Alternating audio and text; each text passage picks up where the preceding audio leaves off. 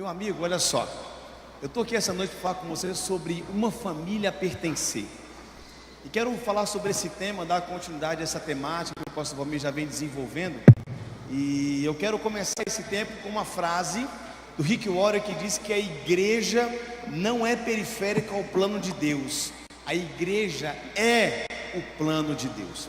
E quando eu falo de igreja, eu queria explicar para você que eu cheguei na Cibapa em 2001, querido. Alguns aqui vão lembrar de mim em 2001, lá do início. E como dizem que recordar é viver, eu quero que você entenda o que foi esse tempo em 2001. Eu pedi para o pessoal da comunicação pegar algumas fotos daquele tempo para colocar para mim no telão. Você pode soltar a primeira foto aí. Isso era eu em 2001, querido. Tá? Você percebe que a obra foi grande, né? Sempre se ali me tocando bateria com a Valéria, nos corais ali só tinha a cabeça, né, meu irmão? Percebe, né? E aí, isso é sacanagem. A comunicação tem aquela oportunidade de mostrar retiros, viagens de ônibus. Isso era nós em 2001. O que mais tem, ó? Tocando bateria em 2001. Cheguei na Cibapa, sim. Tem mais uma fotinha que eu tenho uma galera pronta que nós temos aqui. Temos de boné ali Augusto Mitch, que cantou agora no coral. Temos a Alice ali em cima. Temos ali Olímpio, Juana de vermelho, eu ali, Adriana, Karina, entendeu? Eu botei porque eu não ia passar essa vergonha sozinho, né? Tinha que conseguir a foto dos meus amigos, né? Mas obrigado, pessoal. Bem, queridos, esse era o tempo do cuscuz que eu falo. Cheguei em Palmas em 2001, porque eu fui aprovado no curso de Ciência da Computação e me disseram que tinha uma igreja chamada Cibapa e eu vim para cá. E a grande verdade é que essa igreja foi a minha família. Essa igreja me recebeu. Essa igreja fez parte e faz parte do plano de Deus para a minha vida. E sabe o que é interessante nessa história? É interessante que nessa igreja eu fui acolhido, de verdade eu fui acolhido. Nessa igreja eu me converti, querido. Eu me converti e descobri que eu deveria lutar e viver com Deus para vencer a religiosidade que me acompanhava. Foi através de um curso conhecendo Deus e fazendo a sua vontade, em que eu de fato fiz a minha conversão e confessei Jesus como meu Senhor e único Salvador. O que mais aconteceu nesse tempo? Esse tempo Deus me deu amigos, de verdade, pessoas que visitavam a minha casa, pessoas que me recebiam em suas casas. Enquanto no tempo de faculdade existia uma tentação e um convite de propostas que poderiam me distanciar de Deus, dentro dessa família eu encontrei pessoas que me desafiaram a crescer na fé, pessoas que me desafiaram a viver um relacionamento com Deus, a de fato imergir na palavra de Deus. Isso aconteceu dentro dessa família. O que mais aconteceu nesse tempo, querido? Essa igreja me apresentou desafios, uma forma diferente de ser igreja. O nosso negócio é gente. Participei de tudo isso. Nessa igreja me tornei pastor, nessa igreja me casei, e aqui tem os meus filhos, e é com essa família que eu quero que eles cresçam, amém? Essa é uma história rápida do pastor Deni, para dizer para você que na nossa caminhada, nós temos duas instituições que Deus cria e fundamenta na palavra: a família biológica e a família espiritual. E eu contei essa rápida história para dizer para você que essa igreja faz parte da minha vida. Ela é a minha família, e eu tenho como uma família espiritual que me ajuda a crescer e a desenvolver a cada dia a minha vida com Deus. Isso é uma realidade na minha vida. Eu quero dizer para você que a Cibapa é sim uma família espiritual, e essa igreja é sim um plano de Deus para a sua vida, e essa também pode ser a sua família. Pastor, mas como pode ser conduzido esse processo? Como que isso acontece? Olha só, nós temos uma visão: ser uma comunidade multiplicadora de discípulos de Jesus. Essa é a nossa visão. Ser uma pessoa, o que seria isso, pastor? É ser uma pessoa conectada com pessoas. Somos uma comunidade porque temos algo em comum, Jesus. De amor, porque nós vivemos relacionamentos e nós pregamos e vivemos o exercício prático do amor de Deus. Buscamos na palavra isso. Olha só, nós multiplicador porque nós nos multiplicamos, não só com crianças que nascem, como o pastor Cleves apresentou, mas com pessoas que se aproximaram de nós e conheceram o Deus que nós servimos, e elas se multiplicam recebendo esse Deus como o Senhor das suas vidas. somos uma comunidade multiplicadora de discípulos de Jesus. A nossa missão é trazer pessoas a Jesus, edificar cristãos, adorar a Deus e servir pessoas em ministérios frutíferos, ou seja, sermos igrejas sem parede, através dos ministérios, dos braços da igreja, que alcançam pessoas nessa cidade, impactando uma cidade, querido. Isso é ser Cibapa, isso é ser igreja, essa é a nossa visão e a nossa missão. Pastor, como que é ser isso na prática? Eu quero convidar você rapidinho a ver uma manifestação de uma ação, de uma família espiritual na prática. Acompanha comigo.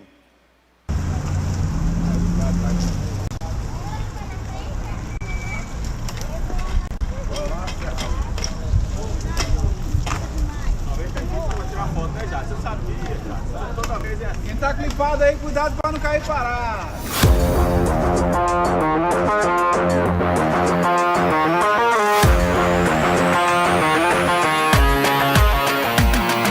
O Pedal Solidário nasceu de um desafio, de vivermos uma cultura na nossa vida de amor intencional às pessoas. Já pedalávamos juntos no grupo do Pedal Cibapa e ao ver o trabalho da Casa da Amizade, nós fomos literalmente desafiados por Deus a fazermos mais. E foi sensacional, sabe? O envolvimento das pessoas, uma causa que é o reino de Deus. Isso fez toda a diferença. E o Pedal Cibapa, o Pedal Solidário, ele realmente veio para abençoar as nossas vidas, porque estar envolvido nessa ação amplia a nossa visão de reino, sabe? Nos faz crescer, nos faz experimentar Deus.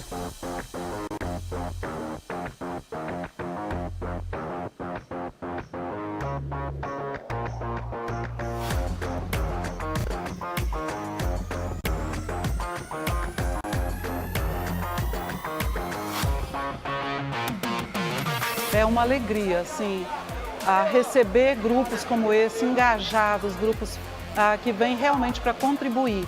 Tudo isso impacta de modo muito positivo a comunidade. O que a gente espera é que isso se repita muitas vezes, porque todas as vezes traz uma condição de pertence, uma condição de realmente abençoar aqueles que precisam, famílias, comunidades. Essa ação de hoje vai abençoar não só a comunidade do Lago Norte, mas também o Sonho Meu e o assentamento da Pedreira. Então muitas pessoas vão receber e vão ser impactadas pelo que está acontecendo hoje através do Pedal Solidário. Então a gente vê que tem muitas crianças precisando no momento um presente, um carinho, E a gente veio com a igreja, com um abraço carinhoso de todos aqui do pedal e da igreja, para poder dar um dia de felicidade aí para essas crianças, O Pedal Cibapa nasceu dentro dos pequenos grupos da Cibapa, através da necessidade de uma vida saudável, mas também de relacionamento, de oportunidades de conversar, de crescer, de se relacionar com pessoas. E hoje ele é isso. Somos aí quase 100 pessoas que pedalam, conversam, crescem, oram e buscam a Deus juntos. E essa é a visão, que nós possamos continuar pedalando e principalmente alcançando vidas para Jesus. Você pode aplaudir isso, galera? Olha só, sensacional. Esse tempo foram doações. Várias pessoas que não puderam estar pedalando conosco naquele dia da entrega dos presentes, mas doaram, participaram, se envolveram, abraçaram a causa, porque essa família espiritual, ela alcança uma cidade inteira, querido. E olha só, quando você pertence a uma família espiritual, você é recebido e acolhido para ser cuidado e conduzido, querido. Olha só, para um destino planejado por Deus para a sua vida. Eu queria convidar você a deixar a sua Bíblia aberta no livro de Efésios 2. Nós vamos usar esse texto como base. Eu quero falar sobre esse acolhimento. Acesse a sua palavra no versículo 19. A palavra do Senhor nos fala que, portanto, vocês já não são estrangeiros, nem forasteiros, mas concidadãos dos santos e membros da família de Deus, querido. A igreja é imprescindível para o crescimento, o cuidado mútuo do corpo, porque junto nós somos melhores. A igreja é um lugar de desafio. Entenda uma coisa, quando você se conecta à igreja do Senhor, você é desafiado a ser uma pessoa melhor, a tratar feridas que você tem carregado na sua vida em Deus. A igreja tem o papel de te equipar, de te preparar, de te conduzir cada vez mais a uma intimidade com Deus, a viver de fato a palavra de Deus, a desenvolver um verdadeiro relacionamento com Deus. Esse é o papel dela, conduzir você a servir a Deus de verdade, na sua casa, onde você estiver, sermos ministros do Evangelho, conduzirmos e pregarmos a palavra que leva as pessoas à salvação. Esse é o papel da igreja. E uma pergunta que eu faço para você é se nós entendemos então que aqui é um lugar de cuidado, de crescimento, porque muitas vezes as pessoas se desconectam desse corpo, porque muitas vezes as pessoas deixam a casa do Senhor ou deixam a Deus. A minha pergunta é: você está conectado a Deus e a igreja? O que te leva ao distanciamento de Deus e da igreja? O que tem te afastado disso? Você que está conectado com a gente em casa, você que está aqui presente. Eu entendo que um dos fatores é a decepção. A decepção. Você pode ter sido decepcionado. A grande verdade é que nós temos preferências, nós temos um gosto, aquilo que nós valorizamos, e porventura em algum momento você foi decepcionado. As coisas não aconteceram como você queria, querido. Pessoas talvez te feriram, eu não sei. A pandemia veio, aquele formato que você gostava, ele foi mudado. Estamos em um culto híbrido agora, com pessoas presenciais e pessoas em casa. Os pequenos grupos passaram a ser online. Você se decepcionou, você não se acostumou com aquilo, não era aquilo que você queria, e porque você se decepcionou, você abandonou, você se afastou. E um dos grandes motivos do afastamento é esse momento de decepção, que você desenhou algo na sua mente e aquilo não aconteceu como você queria. Eu recebi uma mensagem no grupo de pastores semanas atrás que fala de uma pesquisa realizada pelo Instituto Barma no site Christian Post. Depois pesquisa um pouco sobre esse site, é muito interessante. Essa pesquisa destaca que a maioria dos jovens que cresceram na igreja abandonaram sua fé ou a igreja quando se tornaram adultos jovens entre 18 e 29 anos. A pesquisa conta que dentro da pandemia cresceu para 30% o número de pessoas nômades. São pessoas que creem em Deus, mas não estão conectadas a nenhuma família espiritual. Elas não estão conectadas a nenhuma igreja. Em um momento de decepção, elas saíram de uma igreja e foram para outra, e depois de uma igreja foram para outras, e elas vivem transitando entre as igrejas e não se envolvem, não emergem na causa do Senhor, acabam conduzindo suas vidas dessa forma. Um dos motivos desse abandono da família espiritual e de Deus está ligado à decepção, como eu falei para você. Há pessoas que não desenvolveram relacionamentos, pessoas que viveram bolhas dentro da igreja, viveram dentro do seu mundo, não se permitiram ser discipulados. O que é discipulado, pastor?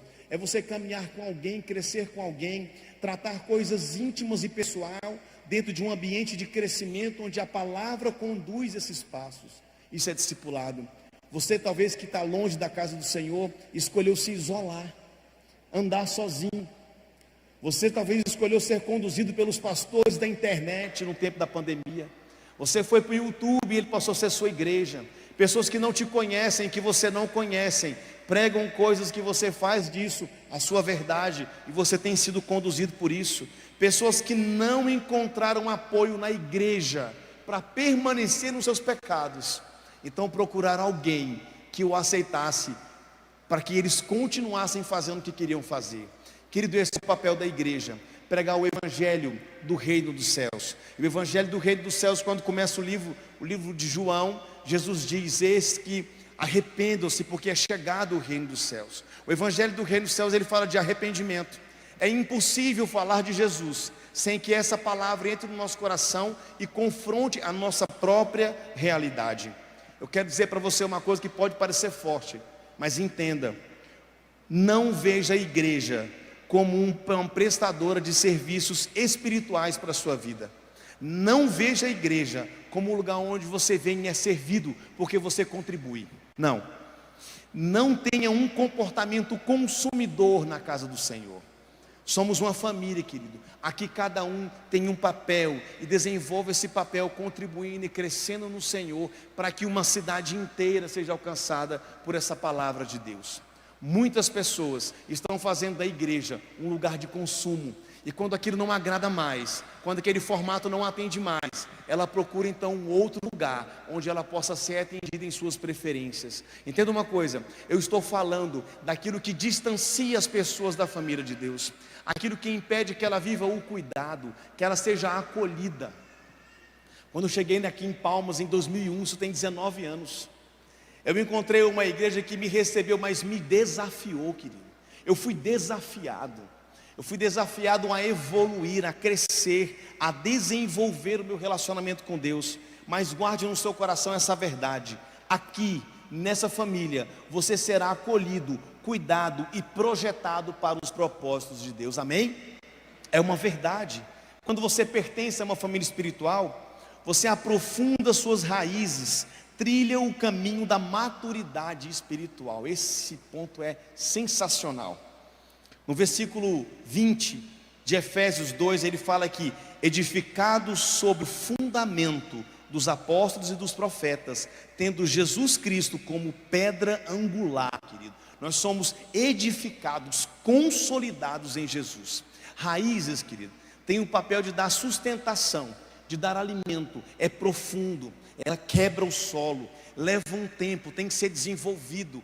Ela demonstra saúde, esse é o papel das raízes. E o contrário da maturidade espiritual é a superficialidade, e é o que nós temos percebido cada vez mais comum nos dias de hoje. Uma vida cristã de superficialidade, sabe o que significa isso, querido? É uma vida de aparência, de fingimento, de ficção, de engano, de fantasia, de ilusão, cara, de disfarce, loucura viver assim. É uma futilidade. Pessoas que conduzem a sua vida espiritual baseadas nas emoções e não no aprofundamento de Deus. Eu sempre faço essa pergunta. Se você olhar para trás, querido, olha para trás e perceba o que em Deus eu cresci nesse tempo, o que através da palavra foi revelado a mim, e por buscar e praticar tornou-se um novo hábito de crescimento espiritual na minha vida e na sua vida. Isso é maturidade, querido. Isso é crescimento, é aquilo que você deixa para trás, mesmo que seja muito bom para você, mas você entende que não condiz com a palavra, é uma opção de obediência. O apóstolo Paulo traz uma advertência a Timóteo, na primeira carta de Timóteo, no capítulo 6, versículo 20 e 21, ele fala a Timóteo, no versículo 20 ele fala assim: guarde o que lhe foi confiado. Falei, Timóteo, presta atenção, meu querido, você tem que guardar tudo que eu te ensinei, cara. Toda a nossa caminhada junto, tudo aquilo que a gente falou, conversou, guarda no teu coração. Evite as conversas inúteis e profanas e as ideias contrárias do que é falsamente chamado conhecimento. Versículo 21 fala que professando-a, alguns desviarão-se da fé. A graça seja com você. Que palavra incrível, 2 versículos, querido, que abrem a nossa mente. Paulo fala sobre 2 coisas aqui. Primeiro, o texto ele nos desafia a guardar.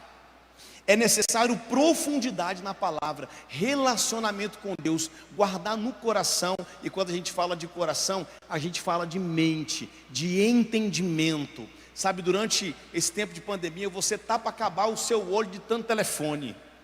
Se tivesse uma lixa na tela do seu telefone, você não tinha mais dedo, tinha acabado o dedo da mão, querido.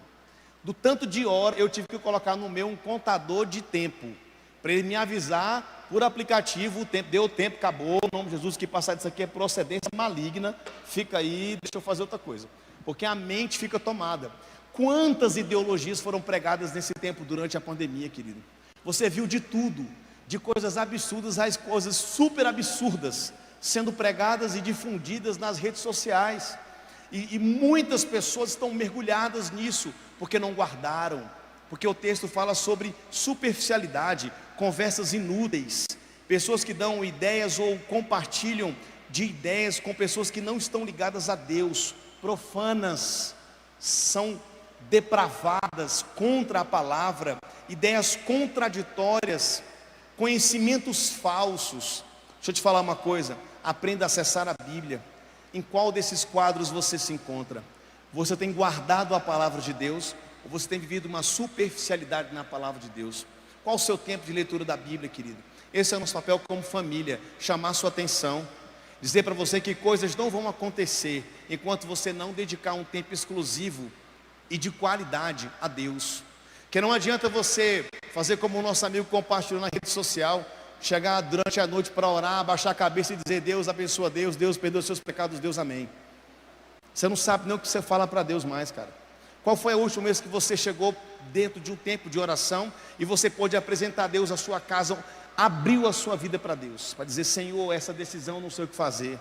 Senhor, eu oro pela saúde da minha filha, da minha esposa. Deus, olha só, esse pecado tem me perseguido. Entenda uma coisa, faça da oração uma conversa íntima com o Pai.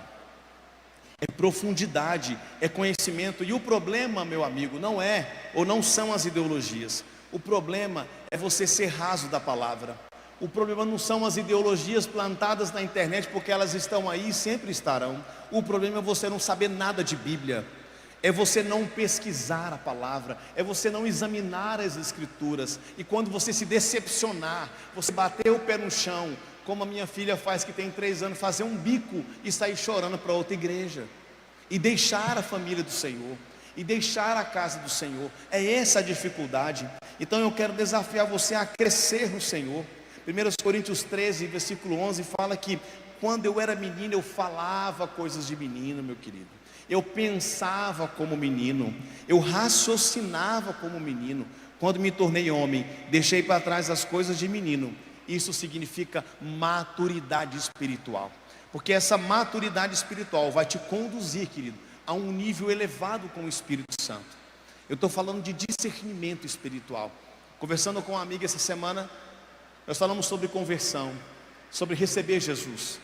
A pergunta é: qual a diferença, pastor, quando eu oro recebendo Jesus como meu Salvador e depois disso o que acontece? Eu falei: filho, o Espírito Santo vai entrar dentro de você. Você vai olhar para essa palavra e vai saltar a verdade para o seu coração. Deus vai falar coisas para você que Ele nunca disse a ninguém. A ninguém. Isso é maturidade. Desde a conversão ao início da caminhada já há evolução, porque o Espírito Santo de Deus quer te conduzir a um lugar de nível elevado com Ele, nível de intimidade com Ele. Então nessa família espiritual existe maturidade que te leva a novos níveis da manifestação do Espírito Santo. No mesmo texto de Efésios 2, no versículo 21, ele fala que no qual todo o edifício é ajustado e cresce para tornar-se um santuário santo no Senhor. Nele vocês também estão sendo juntamente edificados para se tornarem morada de Deus por seu Espírito. Querido, profundidade com o Espírito Santo. Nós estamos falando de relacionamento com Ele. Essa superficialidade, ela se dá quando, por exemplo, nós percebemos que durante a pandemia diminuiu-se a frequência, por exemplo, nos pequenos grupos online.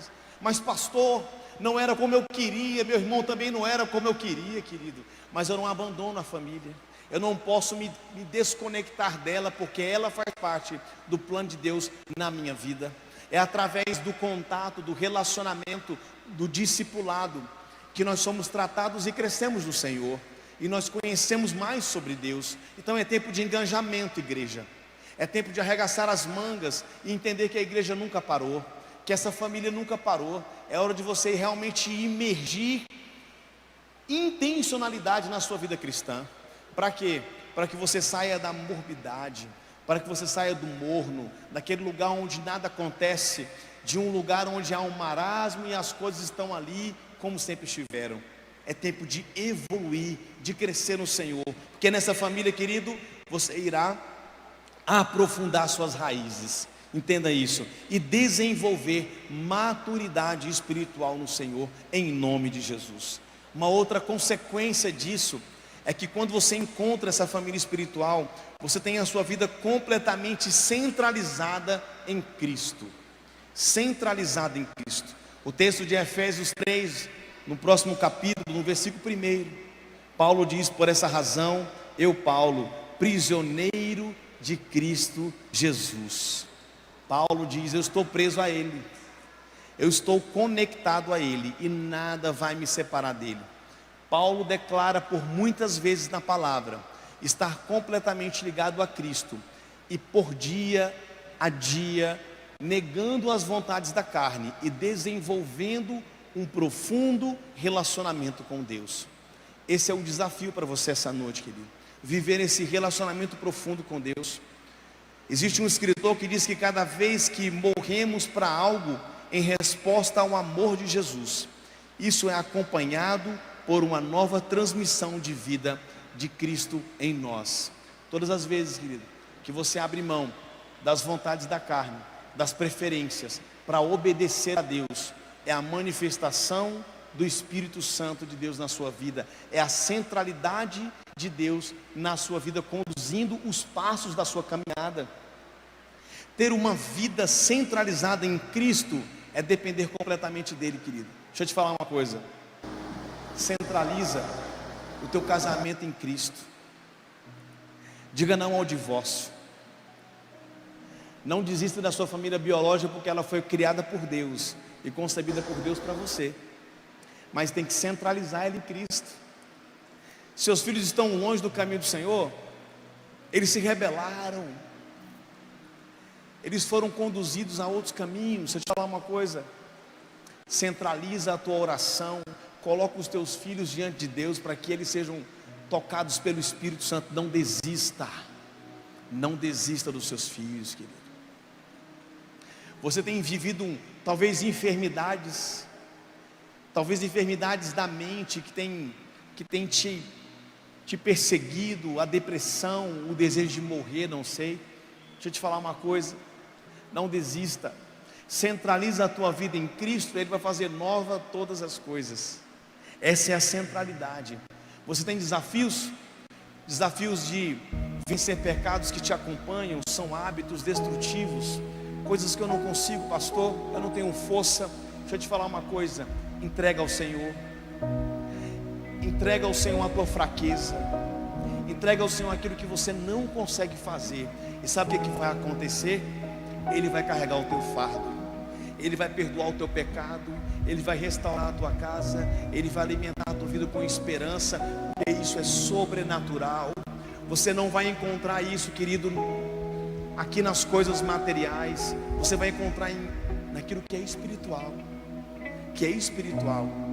Ei, é tempo de depender de Deus, é tempo de realmente conhecer a palavra, é tempo de levar a sério uma caminhada com Deus, é tempo de entender que sem uma família espiritual somos vulneráveis, somos alvo fácil do inimigo.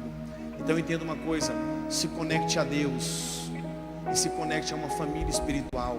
Mas mais do que isso, pastor, eu já conheço a Deus, eu já estou conectado a uma família espiritual. Então deixa eu te falar uma coisa, querido: levanta, reage, se movimenta, serve, se envolva, entra dentro dessa atmosfera espiritual que tem se movido no corpo de Deus, no corpo de Cristo, para alcançar uma cidade, para alcançar pessoas, para alcançar a sua casa. Mas sabe o que acontece? Sai do lugar da depressão, sai do lugar da murmuração, sai do lugar da limitação, porque nós somos criaturas, estamos decepcionados com as coisas que aconteceram. Deus, mas eu não queria que fosse assim.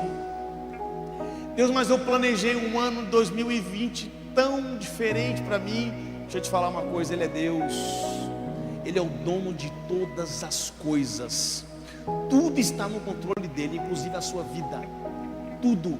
Nós somos criaturas, querido. Faça como a minha filha faz quando ela quer algo de mim. Ela chega perto de mim e fala assim: pai, me dá um biscoito. Eu estou ali fazendo alguma coisa ocupada e ela fica: pai, me dá um biscoito. E eu fico pensando com o cérebro dividido enquanto eu processo uma coisa: essa menina não vai se cansar de pedir para mim. E ela fala assim: papai, só um biscoitinho. Aí o pai fala assim: oh Deus, deixa eu pegar um saco desse biscoito para essa menina. É do mesmo jeito com Deus, querido. Chega para ele e fala assim: papai, faz isso aqui, Senhor, toma conta disso aqui. Insiste com Ele, ora diariamente, não desista, continue pedindo. Sabe o que Ele quer? Ele quer o teu coração, Ele não quer só atender o teu pedido, Ele quer a tua vida. Ele quer tudo teu.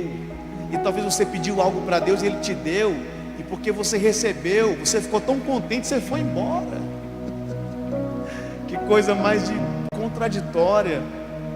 Eu já recebi de pessoas da nossa liderança dizendo: não, pastor, fulano orou tanto por um concurso, passou, abandonou a fé, é de Satanás. Tomara que ele seja exonerado e volte a ser salvo de novo. Volte para Deus, porque é melhor ir para o céu do que ir para o inferno com bolsa de dinheiro, meu querido. Entende? Então muitas vezes nós barganhamos com Deus. Deus não quer barganhar com você. Ele quer o seu coração. Ele quer ser dono de tudo, da sua vida. Tudo, tudo, querido, tudo. Então eu queria convidar você a ficar em pé comigo agora. A palavra do Senhor nos fala em Romanos 10, versículo 9. Se você confessar com a sua boca que Jesus é Senhor e crer em seu coração que Deus o ressuscitou dentre os mortos, será salvo. Pois o coração se crê para a justiça e com a boca se confessa para a salvação. Como diz as Escrituras, todo o que nele confia jamais será envergonhado. Guarde no seu coração, querido, essa noite. Quando participamos e quando pertencemos a uma família espiritual, você será acolhido, você será projetado para os propósitos de Deus, você irá aprofundar suas raízes e desenvolver maturidade espiritual. Você irá centralizar a sua vida em Deus. Eu quero desafiar você agora que está conectado conosco nesse culto, a ter um tempo de oração.